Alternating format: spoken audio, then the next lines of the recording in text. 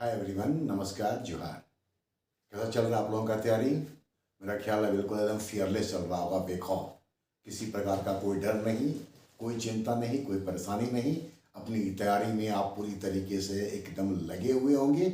इस तरह का हम निश्चित तौर पे आपसे उम्मीद करते हैं। आज हम आपके लिए लेकर के आए हैं जेपीएससी प्रारंभिक परीक्षा के सेकेंड पेपर का 50 बड़ा ही महत्वपूर्ण प्रश्न, और हर बार की तरह जहां आवश्यकता होगी आपके लिए एक्सप्लेनेशन भी साथ साथ होगा।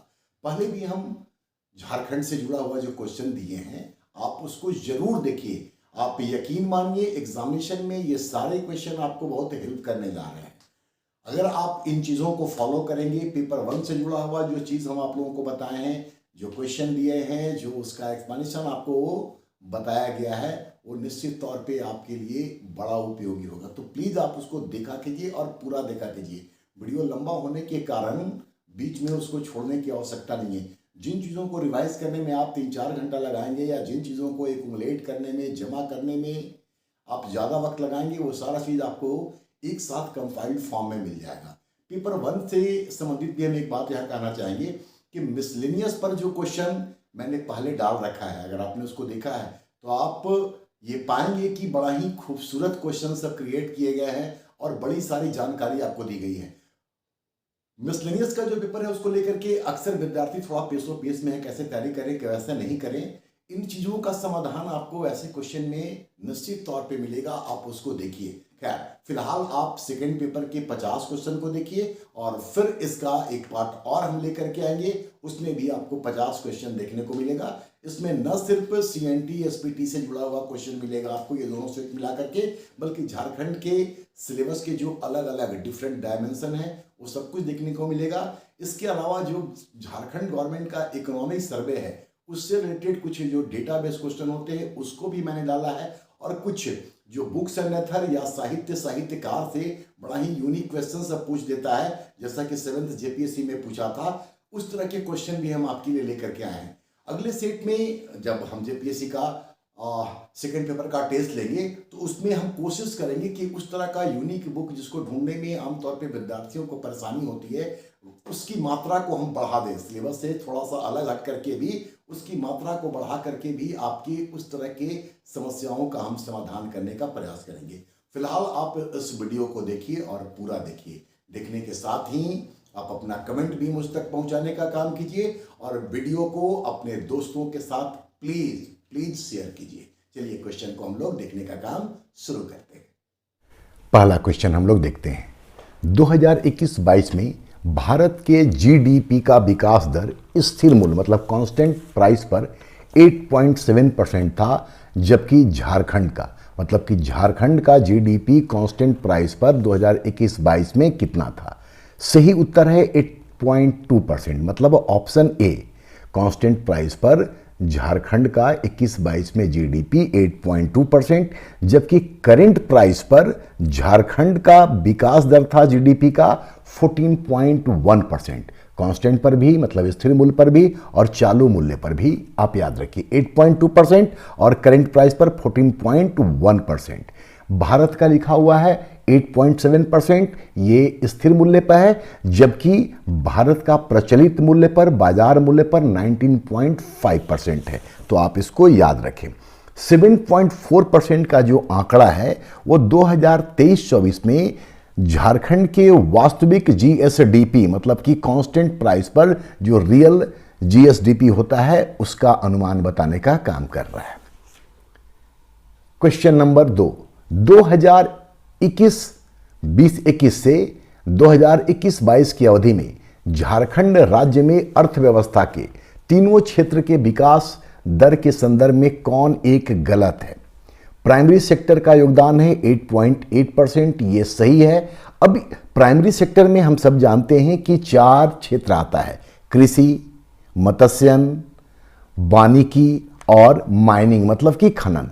इसमें से अगर हम लोग क्लासिफाई करके देखें तो एग्रीकल्चर, फॉरेस्ट्री और फिशिंग में 14% का था, लेकिन माइनिंग में निगेटिव गया था -0.6%, जिसके कारण से ही ये औसत आ रहा है 8.8%। फिलहाल आप 8.8% याद रखें, लेकिन ये भी याद रखें कि इस अवधि में माइनिंग में नकारात्मक वृद्धि हुई है -0.6%। सेकेंडरी सेक्टर के सामने लिखा हुआ है 9%, जो कि सही नहीं है, क्योंकि सेकेंडरी सेक्टर का विकास दर 7% रहा है। ये आप इसको नोट कर लें। अब सेकेंडरी सेक्टर में मैन्युफैक्चरिंग सेक्टर का विकास 5.2%। ये जो आंकड़े हैं आप जरूर नोट कर लीजिए, क्योंकि ये इकोनॉमिक सर्वे झारखंड गवर्नमेंट का जो 22-23 का है उसके अनुसार है, और इस तरह के क्वेश्चन पूछे जाते हैं और उस समय हम लोग परेशान होते हैं कि ये डेटा वाला क्वेश्चन कहां से आ गया। खैर, तो 7% है सेकेंडरी सेक्टर का, सामने 9 लिखा हुआ है, इसलिए ये गलत है। तो 7% नोट कर लीजिए। फिर हम बता रहे थे कि मैन्युफैक्चरिंग सेक्टर मतलब कि विनिर्माण क्षेत्र में 5.2% का ग्रोथ हुआ। इलेक्ट्रिसिटी, गैस, वाटर सप्लाई में 12.2% के रेट से, और कंस्ट्रक्शन में मतलब कि निर्माण में 10.9%, जबकि टर्शियरी सेक्टर या सर्विस सेक्टर का ग्रोथ रेट 7.5% झारखंड सरकार का इस अवधि में रहा था। आप इसको नोट जरूर कर लीजिए। नंबर 3, HP रसेल एवं हॉर्सबर्ग के द्वारा कोल विद्रोह के किस क्षेत्र का विद्रोह दमन किया गया था? ये जो चारों क्षेत्र दिख रहा है आपको, सिंहभूम, छोटा नागपुर खास, पलामू, मानभूम, ये सभी एरिया में कोल विद्रोह हुआ था, और अलग अलग स्थानों पर विद्रोह को सप्रेस करने वाले अलग अलग सैन्य कमांडर थे। इसमें से रसेल और हॉर्सबर्ग ने मानभूम वाले क्षेत्र में विद्रोह का या कोल विद्रोह का दमन किया था, जहां की कोल विद्रोह का नेतृत्व भूमिज सरदार कर रहे थे। मानभूम वाले एरिया में भूमिज सरदार कर रहे थे, जबकि सिंहभूम में कर्नल बोवेन और मेजर ब्लैकऑल के द्वारा विद्रोह का दमन किया गया था। छोटा नागपुर खास में विद्रोह का दमन कैप्टन विल्किंसन और इम्पे के द्वारा किया गया था, और छोटा नागपुर खास से ही सिंधराय मानकी और बुद्धो भगत जैसे जो इसके नेतृत्वकर्ता थे वो शामिल थे। जबकि पलामू में लेफ्टिनेंट कर्नल हाटरे के द्वारा विद्रोह का दमन किया गया था। हाटरे के साथ लेफ्टिनेंट हैमिल्टन भी था, लेफ्टिनेंट मार्च भी था। तो अलग अलग क्षेत्रों में विद्रोह को दमन करने वाले अलग अलग लोग थे। रसेल और हॉर्सबर्ग मानभूम से था, और मानभूम में मैंने बताया कि भूमिज सरदार यहां पर नेतृत्व प्रदान कर रहे थे। नंबर 4, 1767 से 77 के बीच हुए ढाल विद्रोह के संबंध में क्या सही है, क्या सही नहीं है? एक बात सही नहीं है। जो बात सही नहीं है वो ये है कि ऑप्शन सी को देखिए, जगन्नाथ ढाल को यहां अंग्रेजों ने अपदस्थ कर खुद को यहां का राजा घोषित किया था। जगन्नाथ ढाल को हटाने के बाद वहां का राजा नीमू ढाल को बनाया गया था। ठीक है, तो सी इसका सही उत्तर है। ऑप्शन डी को देखिए, विद्रोह का दमन करने में लेफ्टिनेंट रूक एवं चार्ल्स मैगन असफल रहे थे। ये बात भी सही है। अब सवाल ये उठता है कि ये जो 10 वर्षों का ढाल विद्रोह है ये खत्म कैसे हुआ? तो 1777 में ये विद्रोह तब खत्म हुआ जब जगन्नाथ ढाल को वापस राजा स्वीकार कर लिया गया। उनको राजा स्वीकार करने के बाद उनके ऊपर 4000 रुपया का कर देना थोप दिया गया, यूं कहें। बाद में 4000 इस टैक्स को बढ़ा करके 1780 में 4267 रुपया कर दिया गया था। खैर, तो 4 का सही उत्तर है सी। और ऑप्शन ए को देखिए, अंग्रेजों के विरुद्ध यह पहला राज्य का मतलब झारखंड राज्य का पहला विद्रोह था। चलिए, बाकी ऑप्शन आपके सामने ही है। नंबर 5, जनवरी 1948 में खरसावा हाट मैदान में आयोजित जनसभा में हुए गोलीकांड को किसने आजाद भारत का जालियांवाला बाग हत्याकांड की संज्ञा दी है? यहां पर कुछ बताने को ज्यादा नहीं है। सही उत्तर है राम मनोहर लोहिया, मतलब option A.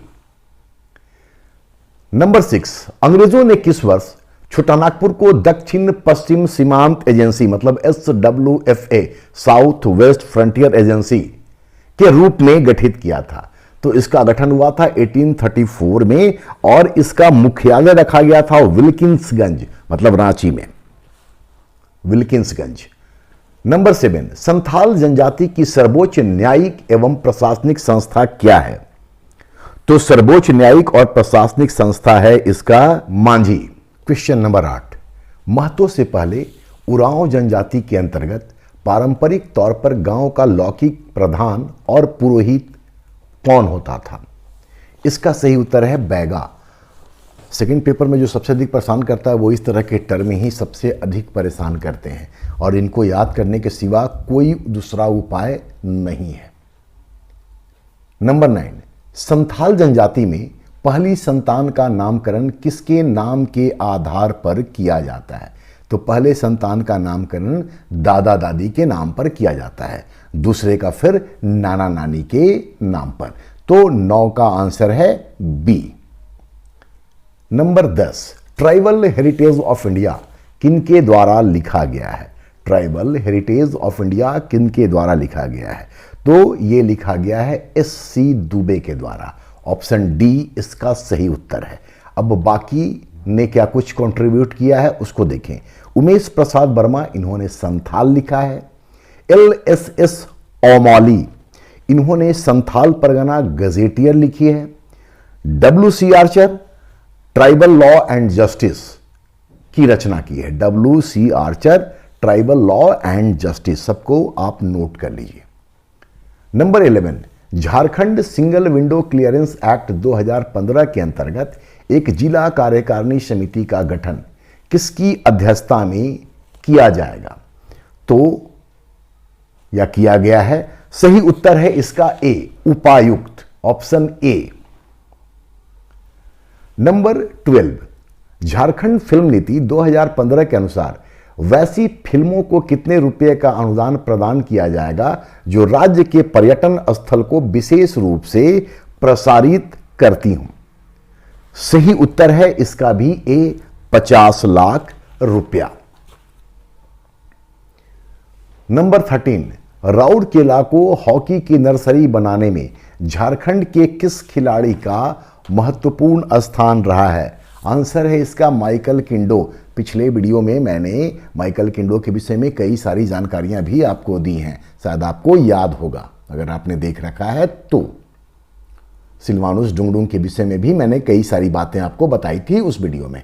Anyway, next question की ओर बढ़े हम लोग। नंबर 14, विनोद बिहारी महतो कोयलांचल विश्वविद्यालय धनबाद की स्थापना किस वर्ष की गई थी? विनोद बिहारी महतो कोयलांचल विश्वविद्यालय धनबाद की स्थापना किस वर्ष की गई थी? फैक्चुअल इंफॉर्मेशन है 2017, क्योंकि शैक्षणिक संस्थान से भी प्रश्न पूछे जाएंगे। नंबर 15, नागपुरी शिष्ट साहित्य किस विद्वान का शोध है जिसमें उन्होंने नागपुरी को आर्य भाषा परिवार की औरस संतान माना है? सही उत्तर है श्रवण कुमार गोस्वामी, ऑप्शन ए। रघुनाथ नृपति आप सब जानते हैं नागपुरी के पहले कवि माने जाते हैं, और प्रफुल्ल कुमार राय, गिरधारी राम गोंझू, कई सारी रचनाएं हैं जिनका की कलेक्शन आप निश्चित तौर पे करके रखें। नंबर 16, सिमडेगा में प्रतिवर्ष गांधी मेला, जिसे विकास मेला भी कहा जाता है, कब आयोजित होता है? तो इसका सही उत्तर है सी, गणतंत्र दिवस रिपब्लिक डे के अवसर पर इसको आयोजित किया जाता है, जो कि 26 जनवरी से लेकर के 1 फरवरी तक मनाया जाता है, या ये जो मेला है यहां पर होता है। नंबर 17, पांडे गणपत राय के साथ 1857 में मतलब सिपाही विद्रोह के दौरान डोंडा सैनिक विद्रोह का नेतृत्व किसने किया था? सही उत्तर है विश्वनाथ शाहदेव। शेख भिखारी जो थे टिकैत उमराव सिंह के दीवान थे और इन लोगों ने चुट्टूपालू घाटी में सैन्य विद्रोह का नेतृत्व किया था। नंबर 18, ढोकलो सोहोर शासन व्यवस्था, ये खड़िया जनजाति की शासन व्यवस्था है। ढोकलो सोहोर शासन व्यवस्था में जमीन जायदाद के विवादों के निपटारे में सबसे महत्वपूर्ण भूमिका किसकी होती है? तो सबसे महत्वपूर्ण भूमिका होती है ग्राम प्रमुख, जिसको की महतो बोलते हैं, उनकी भूमिका सबसे महत्वपूर्ण होती है। धार्मिक प्रधान, ब्रैकेट में कालो लिखा हुआ है तो धार्मिक प्रधान को कालो कहते हैं। नंबर 19, सिसिया, उर्दा एवं बादम किसकी राजधानी हुआ करती थी? सही उत्तर है रामगढ़ राज्य। रामगढ़ राज्य की ये राजधानी होती थी और इनकी अंतिम राजधानी थी रामगढ़। और रामगढ़ राज्य की स्थापना आपको याद होगा, पहले वीडियो में बताया है कि 1368 में 1368 में बागदेव सिंह के द्वारा इस राज्य का गठन या स्थापना की गई थी। तो ये रामगढ़ राज्य के रामगढ़ के पहले राजधानियां हुआ करती थी। नंबर 20, बिरहोर एवं हिल खड़िया जनजातियों की अस्थायी बस्तियां क्या कहलाती हैं? तो उनकी अस्थायी बस्तियां टंडा कहलाती हैं। Option A. करेया क्या है इसको भी जान लीजिए। ये जो घुमंतू जनजातियां होती हैं उनके द्वारा घुटनों तक ढकने वाला जो वस्त्र पहना जाता है उसको ही करेया कहते हैं। जबकि कुरवा जो कि घुमंतू जनजाति है, जैसे कि कोरबा, सौरिया, पहाड़िया, उनकी जो खेती है उसको कुरवा कहते हैं। डिहवार जो शब्द है ये लिटरली उरांव जनजाति से संबंधित है और उरांव जनजाति में सीमांत देवता को डिहवार कहा गया है। 21, दैनिक समाचार पत्र उदित वाणी का प्रकाशन कहां से होता है? आसान क्वेश्चन है, जमशेदपुर इसका सही उत्तर है। नंबर 22, कौन एक सुमेलित नहीं है? सोंदमाटी, विनोद कुमार सही है। मातृभाषा श्रीनिवास पाणुरी जी की रचना है। पुटुस फूल सामने लिखा हुआ है फूलचंद महतो। ये इस सवाल का सही जवाब है क्योंकि ये मैच्ड नहीं है, सुमेलित नहीं है। पुटुस फूल जो है ये कहानी संग्रह है और इसके जो संग्रहकर्ता है, जो कहानीकार है, उनका नाम है गजाधर महतो। तो पुटुस फूल इसका सही जवाब है। और रुसल पुटुस, शिवनाथ प्रमाणिका और ये सारी जो रचनाएं हैं, जो किताब का नाम आप देख रहे हैं, ये सब खोरठा भाषा से संबंधित है, खोरठा साहित्य से संबंधित है। Number 23, central institute of plastic engineering and technology CIPET की स्थापना कहां की गई है एवं कहां स्थापित किए जाने की योजना है? तो सही उत्तर है डी, रांची में यह स्थापित हो चुकी है ऑलरेडी 2017 में, जबकि देवघर में यह प्रस्तावित है और देवघर के संदर्भ में यह भी योजना है कि इसको प्लास्टिक हब के तौर पर विकसित किया जाएगा। मतलब देवघर को प्लास्टिक हब के रूप में विकसित किया जाएगा, वहां भी सीपेट की स्थापना की जाएगी, जबकि 2017 में ही रांची में किया जा चुका है। 24, झारखंड में कुम्हारों को पारंपरिक तरीके के साथ साथ आधुनिक तरीके से मिट्टी से बनने वाली कलाकृतियों के प्रशिक्षण के लिए माटी कला बोर्ड के अंतर्गत पहला प्रशिक्षण केंद्र कहां स्थापित किया गया? तो सबसे पहले यह जान लीजिए कि 2017 में ही माटी कला बोर्ड की स्थापना की गई थी। हालांकि ये अभी बहुत एक्टिव नहीं है और इसके पुनर्गठन की मांग जो है वो कुम्हार महासंघ या फिर झारखंड प्रजापति महासंघ के द्वारा लगातार की जा रही है। पिछले महीने भी इस संदर्भ में उनका बैठक हुआ है और यहां मांग की गई है। खैर, तो 2017 में माटी कला बोर्ड की स्थापना की गई थी और जो पहला प्रशिक्षण केंद्र स्थापित हुआ था वो हुआ था बुंडू में, मतलब कि रांची टाटा रोड में जो बुंडू है वहां पर इसका पहला प्रशिक्षण केंद्र स्थापित किया गया था।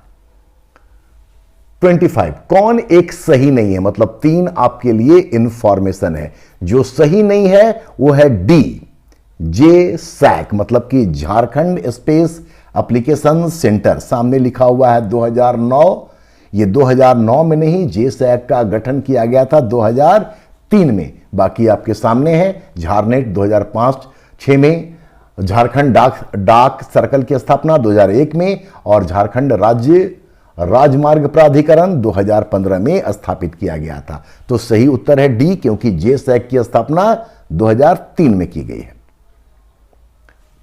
नेक्स्ट, JRIDCL मतलब कि Jharkhand rail infrastructure development corporation limited rail मंत्रालय एवं झारखंड सरकार की संयुक्त उद्यम कंपनी, मतलब ज्वाइंट वेंचर है, जिसमें रेल मंत्रालय एवं झारखंड के विकास में भागीदारी क्रमशः किस अनुपात में होगी? मतलब रेल मंत्रालय कितना करेगा और झारखंड गवर्नमेंट कितना करेगी? सबसे पहले ये जान लीजिए कि JRIDCL जो है ये कंपनी अधिनियम 2013 के तहत 6 जुलाई 2018 को एक पंजीकृत कंपनी के रूप में सामने आई है और इसके द्वारा झारखंड के कई रेल खंडों का निर्माण किया जाएगा, जैसे गिरिडीह से पारसनाथ तक, नामकुम से लेकर कांद्रा तक, चतरा से बासुकीनाथ तक, गोड्डा से लेकर के पाकुड़ तक, टोरी से लेकर के चंदवा तक।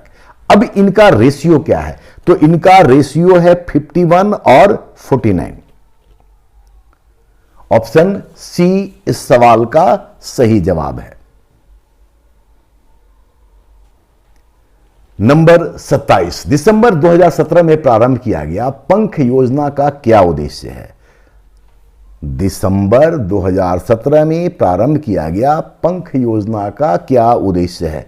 आंसर जाने पहले, आंसर है बी, शहरी मलिन, मतलब कि अर्बन क्षेत्र में जो स्लम एरिया होता है, शहरी मलिन बस्ती के बच्चों को स्कूल से जोड़ना इसका मुख्य उद्देश्य है। तो बी इसका आंसर है। अब देखें ए, ग्रामीण युवाओं को कृषि कार्य के लिए आकर्षित करना, इसके लिए 2017 में ही एक योजना शुरू की गई थी, उसका नाम था आर्या, ARYA, जिसका कि फुल फॉर्म है attaching rural youth in agriculture. तो आर्या योजना जो है वो ग्रामीण युवाओं को कृषि कार्य के लिए आकर्षित करता है। ऑप्शन सी, विलुप्त हो रही पक्षियों की प्रजाति को संरक्षण प्रदान करना, ये योजना का इससे कोई लेना देना नहीं है, क्योंकि पंख था तो इस तरह का ऑप्शन आपके लिए क्रिएट कर दिया गया सो दैट की कंफ्यूजन क्रिएट हो सके। और ऑप्शन डी, राज्य के संतुलित विकास में जन भागीदारी को सुनिश्चित करना, जन भागीदारी को सुनिश्चित करने के लिए भी 2016 में एक योजना लाई गई थी, उसका नाम ही था योजना बनाओ अभियान। तो इसका सही उत्तर और बाकी से जुड़ा हुआ सी का इसका कोई मतलब नहीं है, वो ऐसे ही आपके सामने एक ऑप्शन क्रिएट किया गया है। 28, किस योजना के तहत मुख्यमंत्री विवेकानुदान से 272 नौ दंपतियों को 11,11 हजार रुपए की राशि प्रदान करने का प्रावधान है? तो सही उत्तर है जोहार योजना, और जोहार योजना भी 2017 में लाया था। 2017 का डाकिया योजना लगातार पूछ रहा है, इसलिए 2017 वाली योजना को हम खास तौर से यहां ज्यादा रख रहे हैं।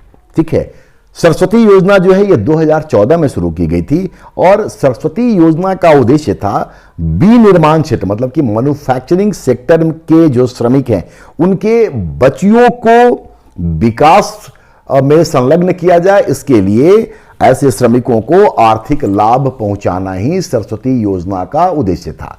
जबकि संजीवनी योजना का उद्देश्य है महिलाओं के सशक्तिकरण, और तेजस्विनी जो 2017 में आई थी इसका उद्देश्य है 14 से लेकर के 25 वर्ष की महिलाओं को कौशल प्रशिक्षण के माध्यम से स्वावलंबी बनाना। तो आंसर जोहार योजना और बाकी के विषय में जानकारी। 29, महात्मा गांधी की झारखंड यात्रा नामक पुस्तक किसके द्वारा या किन के द्वारा लिखी गई है? सही उत्तर है अनुज सिन्हा। अनुज सिन्हा का एक और किताब नोट कर लीजिए, ट्राइबल हीरो शिबू सोरेन, अनुज सिन्हा के द्वारा ही लिखा हुआ है। शैलेंद्र महतो ने लिखा है journey of Jharkhand movement, Shailendra Mahato ने लिखा है जर्नी ऑफ झारखंड मूवमेंट, जबकि जीपी रजवार ने लिखा है village administration in Kolhan. GP Rajwar की रचना है village administration in Kolhan, doctor Randhir Kumar की रचना है Ek Udaan. Number 30, homeopathic college and hospital कहां है? होम्योपैथिक कॉलेज एंड हॉस्पिटल कहां है? तो सही उत्तर है दुमका, दुमका के मिहिजाम में यह है, जबकि रांची में भी है लेकिन वो होम्योपैथिक कॉलेज के नाम से है। यहां पर क्वेश्चन है कॉलेज एंड हॉस्पिटल, जो कि दुमका मिहिजाम में है, और वहां रांची में सिर्फ कॉलेज है। बरही में सिर्फ याद दिलाने के लिए आपको कि भारतीय कृषि अनुसंधान संस्थान की स्थापना 2015 में की गई थी, जबकि मेदिनीनगर में राष्ट्रीय तिलहन शोध एवं विकास संस्थान है। नेक्स्ट क्वेश्चन, द चेंजिंग मुंडा के लेखक कौन है? द चेंजिंग मुंडा के लेखक है सचिदानंद, प्लीज नोट कर लीजिएगा, शायद काम आ जाए। द चेंजिंग मुंडा के लेखक है सचिदानंद। सचिदानंद की एक और रचना का नाम लिख लीजिए, culture change in tribal Bihar, culture change in tribal Bihar dash Munda and Oraon. यह सचिदानंद की रचना है। बाकी को भी देख लीजिए। ए बी सरन, इन्होंने जो किताब लिखी है, उसका नाम है murder and suicide among the Munda and the Oraon. Murder and suicide among the Munda and the Oraon. के ल्यूमा, ऑप्शन बी को देखिए। इन्होंने जो रचना तैयार की उसका नाम है द असुर और study of primitive iron smelter. फिर से दोहरा दें, द असुर और study of primitive iron smelter. जबकि के सिंह मतलब कि कुमार सुरेश सिंह 7th जेपीएससी में एक क्वेश्चन पूछा था, the dust storm and the hanging mist और समथिंग, कुछ बड़ा नाम सा है, ठीक है, आपने शायद देखा होगा। ये के सिंह की ही रचना थी, ठीक है। के सिंह का एक और रचना आप लिख लीजिए, history of the freedom movement in Chota Nagpur. History of the freedom movement in Chota Nagpur. जबकि इनकी अन्य रचनाओं को हम पहले भी आपको बता रखे हैं, आपने नोट अगर किया होगा तो आपके पास वो कलेक्शन होगा। नंबर 32, ब्रिटिश सरकार ने भू राजस्व की प्राप्ति सुनिश्चित करने के लिए न्यायालय का उपयोग करते हुए जमींदारों, जागीरदारों एवं रैयतों की भूमि को किस अधिनियम का सहारा लेकर के नीलाम कर दिया था या उनकी नीलामी कर दी थी? सही उत्तर है रेगुलेशन एक्ट 1793। बी इसका सही उत्तर है। थाना व्यवस्था पिछले मॉक टेस्ट का क्वेश्चन जब आपके सामने रखे थे वहां पर हमने बताया था, और यह था थाना व्यवस्था बेसिकली प्रशासनिक नियंत्रण के लिए, और नियंत्रण का अधिकार रामगढ़ के मजिस्ट्रेट को दिया गया था। नंबर 33, छोटानागपुर भूधृति अधिनियम लैंड टेन्योर एक्ट 1869 के तहत गांव के अपने अपने स्वत्वाधारियों के उपयोग के लिए आरक्षित जमीन है। तो सही उत्तर है सी, मंझियस या मांझियस। नंबर 34, छोटानागपुर काश्तकारी अधिनियम 1908 के तहत यदि कोई रैयत जोत के लगान का भुगतान करता है, यदि कोई रैयत जोत के लगान का भुगतान करता है तो ऐसी जोत पर निर्मित तालाब के उत्पादन में या तालाब से जो भी उत्पाद होगा उसमें भूस्वामी लैंडलॉर्ड का हिस्सा कितना होगा? तो लैंडलॉर्ड का हिस्सा होगा 9/20 और रैयत का हिस्सा होगा 11/20। ये इस अधिनियम के धारा 21 में प्रावधान किया गया है। 9/20 भूस्वामी का और 11/20 रैयत का हिस्सा होगा। इसी से जुड़ा हुआ यह भी है कि ऐसे जब लगान वो दे रहा है तो फल फूल या जो अन्य उत्पाद तैयार होते हैं उनमें भी हिस्सेदारी रैयत और भूस्वामी की इसी अनुपात में होगी कि भूस्वामी को मिलेगा 9/20 मतलब कि 45% और 55% की हिस्सेदारी जो होगी वो रैयत की होगी। 35, छोटानागपुर काश्तकारी अधिनियम 1908 के किस धारा में यह प्रावधान है कि सरायकेला खरसावां, ये नाम याद रखिएगा, क्वेश्चन को अगर रिवर्स करेगा तब भी सरायकेला खरसावां आपको काम आएगा। सरायकेला खरसावां के रैयतों को फलों के उद्यान, खलिहान एवं खाद निर्माण के लिए तैयार किए गए गड्ढों के रूप में इस्तेमाल किए जाने वाले जोतों पर लगान का भुगतान नहीं करना होगा। सही उत्तर है धारा 24। 21 हम बता चुके हैं, पिछला क्वेश्चन से जुड़ा हुआ था वो, ठीक है। तो धारा 24 इसका सही उत्तर है। और 29 जो धारा है इसमें लगान बढ़ाने की जो रीतियां हैं वो मतलब मेंशन्ड है और उपायुक्त के द्वारा पारित आदेश से ही लगान बढ़ाया जा सकता है। इन चीजों का प्रावधान है 29 में। चलिए नेक्स्ट क्वेश्चन की ओर बढ़े हम लोग। 36, अनाधिभोगी रैयत नॉन ऑक्युपेंसी रैयत की बेदखली का आधार क्या है? तो इसका आधार है ए, यदि तीसरे कृषि वर्ष के आरंभ के बाद 90 दिनों के अंदर पिछले 2 कृषि वर्षों का लगान न दिया गया हो। तो ऑप्शन ए 36 का सही उत्तर है। नंबर 37, सीएनटी एक्ट 1908 के प्रावधानों के तहत यदि भूधारक लगान का भुगतान वस्तु से रूपांतरित कर मतलब कि काइंड से कैश में देना चाहता है तो इस संबंध में वह किसको आवेदन देगा? सही उत्तर है बी और सी में से किसी को भी, मतलब कि राजस्व अधिकारी को या उपायुक्त को, किसी को भी देकर के वो लगान का जो भुगतान है वो काइंड से कैश में कर सकता है। इससे जुड़ा हुआ क्वेश्चन हम पिछले वीडियो में भी दिए थे, उसी को थोड़ा सा घुमा करके नया एंगल दिया गया है क्वेश्चन को। 38 छोटानागपुर अधिनियम 1908 के तहत कोड़कर में बदले जाने के बाद कोड़कर भूमि बना दिया गया है, तब उस भूमि पर लगान प्रथम कृषि वर्ष के कटाई के कितने दिनों बाद लिया जाएगा? ठीक है, तो सही उत्तर है 4 वर्षों के पश्चात। ऑप्शन सी इसका सही उत्तर है। तो CNT से आपने 5 क्वेश्चन देखा और इसके अलावा लैंड से संबंधित जो एक्ट है उस पर भी मैंने 2 क्वेश्चन अब तक आपको आपके सामने रखने का काम किया है। अब देखिए 39 कुआं से सर्वाधिक सिंचाई झारखंड के किस जिले में होती है? तो कुआं से सर्वाधिक सिंचाई झारखंड के गुमला जिले में होती है। लोहरदगा में मतलब नलकूप से, ट्यूबवेल से, सिंहभूम में नहरों से और देवघर में तालाब से। 40 जामाडोबा या जमदोबा किस लिए प्रसिद्ध है? तो ये कोयला का भंडार है यहां पर, इसीलिए जामाडोबा या जमदोबा जाना जाता है। यह धनबाद के पास है। नंबर 41 सिमडेगा में किंकेल एवं कुर्डेग में किसकी खानें प्राप्त हुई हैं? तो सही उत्तर है प्लेटिनम का, ऑप्शन बी। इसके अलावा प्लेटिनम का खान जो है वो मानभूम जमशेदपुर वाला जो एरिया है वहां पर भी प्राप्त हुआ है, तो बी इसका सही उत्तर है। 42 दिसंबर 2016 में प्रारंभ किए गए खुदिया बियर योजना का संबंध किससे है? खुदिया बियर योजना का संबंध है सिंचाई से। बाकी हड़िया और मादक सिर्फ बियर को देख करके और ऑप्शन क्रिएट कर दिया गया है, इसलिए उधर मत जाइएगा, यह सिंचाई से जुड़ा हुआ है।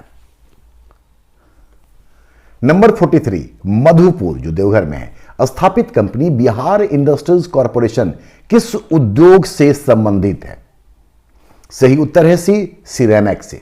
इस तरह के जितने भी इंडस्ट्रीज हैं कोशिश कीजिए कि जो इंपॉर्टेंट है उसको याद करिए। बैकलॉग के एग्जाम में भी कुछ इस तरह का क्वेश्चन पूछा गया है। नंबर 44 ज्योतिन्द्र नाथ टैगोर ने रांची के टैगोर हिल पर अपना कितना समय व्यतीत किया था? सही उत्तर है 1908 से 1925 तक, मतलब ऑप्शन डी। 1 अक्टूबर 1908 से लेकर के 4 मार्च 1925 तक उन्होंने टैगोर हिल पर ही अपना समय व्यतीत किया था, वहीं रहे थे। उसके बाद मृत्यु हुई तो उनको फिर हरमू घाट में ही दफन भी किया गया था। उनकी अंतिम दफन नहीं, मतलब उनका अंतिम संस्कार किया गया था। 45 संथाल जनजाति के संबंध में गारसा बड़ी क्या होता है? तो इसका मतलब होता है वह स्थान जहां पानी के घड़े रखे जाते हैं, जो बरामदा या ओसारा होता है आमतौर पर। तो गारसा बड़ी मतलब कि जहां पानी के घड़े रखे जाते हैं। ठीक है, चलिए नेक्स्ट क्वेश्चन की ओर बढ़े। निम्न में से किन्हें चाचा के उपनाम से भी जाना जाता है? तो चाचा के उपनाम से जाना जाता है बसंत कुमार तिर्की को। ठीक है, जे बार्थोलमन को झारखंड आंदोलन का जन्मदाता कहा जाता है। मुकुंद नायक प्रिंस ऑफ छोटानागपुर आप सब जान रहे हैं। लाल बाबू इनको राधा कृष्ण कहा जाता है। नंबर 47 निम्न में से कौन धनबाद में नहीं है? तो जो धनबाद में नहीं है वो है नगाड़ा मंदिर, क्योंकि नगाड़ा मंदिर सारंडा के जंगलों में है। नगाड़ा सारंडा में है। नंबर 48 1938 में किसके द्वारा टाटा वर्कर्स यूनियन की स्थापना की गई थी? सही उत्तर है ए अब्दुल बारी सिद्दीकी। सेकंड पेपर में फैक्ट्स बहुत है, बहुत याद करना पड़ेगा, तो बार बार इन चीजों को दोहराइएगा तभी जाकर के आपके जहन में रहेगा, अदरवाइज आप कंफ्यूजन में पड़ जाएंगे। 49 तारीख ए बांग्ला के लेखक कौन है जिसने अपने पुस्तक में झारखंड का उल्लेख किया है? कई सारे लोग हैं जो अपनी पुस्तकों में झारखंड का उल्लेख किए हैं, उसमें से तारीख ए बांग्ला के लेखक हैं सलीमुल्लाह। ठीक है, इन्होंने झारखंड उल्लेख किया है। गुलाम हुसैन खां की पुस्तक है सियार उल मुतखरीन, इसमें भी झारखंड शब्द का उल्लेख किया गया है। इसके बाद है शम्स ए सिराज अफीफ, इन्होंने तारीख ए फिरोज शाही लिखी है, तारीख ए फिरोज शाही, और इस पुस्तक में भी झारखंड का उल्लेख हुआ है, जबकि मलिक मोहम्मद यासी ने भी झारखंड का उल्लेख किया है। ठीक है, तो शम्से सिराज अफीफ इन्होंने जो किताब लिखा तारीख ए फिरोज शाही, यहां पर आपको बताना चाहेंगे कि इसी नाम से, मतलब तारीख ए फिरोज शाही के नाम से ही जियाउद्दीन बर्नी ने भी एक किताब लिखी है, जो आपको जानना चाहिए।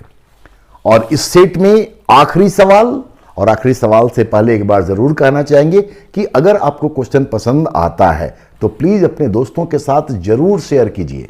हम हर वीडियो में ये गुजारिश आपसे करते हैं, इसमें भी कर रहे हैं कि आपके सहयोग के बिना हम ये काम नहीं कर पाएंगे बहुत लंबे समय तक। तो अगर आप चाहते हैं कि हम आपको अपनी सेवा उपलब्ध कराते रहें तो प्लीज़ आप थोड़ा इसको शेयर करने का काम जरूर कीजिए, क्योंकि यकीन मानिए बड़ी मेहनत से, बड़ी ईमानदारी से क्वेश्चन बनाए जाते हैं और अच्छे क्वेश्चन को रखने का हम लगातार प्रयास किए हैं। आप पुराने वीडियो भी देखेंगे तो आपको इस बात का एहसास होगा। चलिए लास्ट क्वेश्चन देखते हैं। हजारीबाग के दुमदुमा से निम्न में से कौन सा अवशेष प्राप्त हुआ है? तो सही उत्तर पहले जानिए। सही उत्तर है सी, पाल। पाल मतलब पाल राजा, पाल शासक बंगाल के। पालों के समय का मूर्ति एवं शिवलिंग वहां से मिला है, जबकि प्रागैतिहासिक शैल चित्रकला यह हजारीबाग के सतपाहा से मिला है और हजारीबाग के ही सरैया रहमदहंगी में भी इस तरह का शैल चित्रकला मिला है। डायनासोर के पदचिन्ह, हालांकि ये बहुत ऑथेंटिक, बहुत रिलायबल, बहुत प्रामाणिक नहीं है, लेकिन ऐसा माना जाता है कि सुतियांबे जो कि पिठोरिया के पास है वहां के पहाड़ से मिला है। और जैन एवं हिंदू देवी देवताओं की मूर्तियां सिंहभूम के वेन सागर से मिली है। तो ये 50 क्वेश्चन हम 50 क्वेश्चन तुरंत आपके लिए लेकर के आ रहे हैं। आप उसको भी देखिए, पहले के वीडियो को भी आप प्लीज देखिए, जेपीएससी से जुड़ा हुआ अभी हम लगातार क्वेश्चन डाल रहे हैं। मेरा जो चैनल का लिंक है उस लिंक के साथ कुछ पुराने जो वीडियो जो बहुत इंपॉर्टेंट है उसको भी हम डिस्क्रिप्शन बॉक्स में डालते जा रहे हैं। प्ले लिस्ट में आप देखिएगा 11 to 13 जेपीएससी पीटी, इसके आधार पर आप देखने का कोशिश कीजिए, आपको बहुत सारे इंफॉर्मेशन निश्चित तौर पे मिलेंगे। चलिए मिलते हैं अगले वीडियो में। धन्यवाद।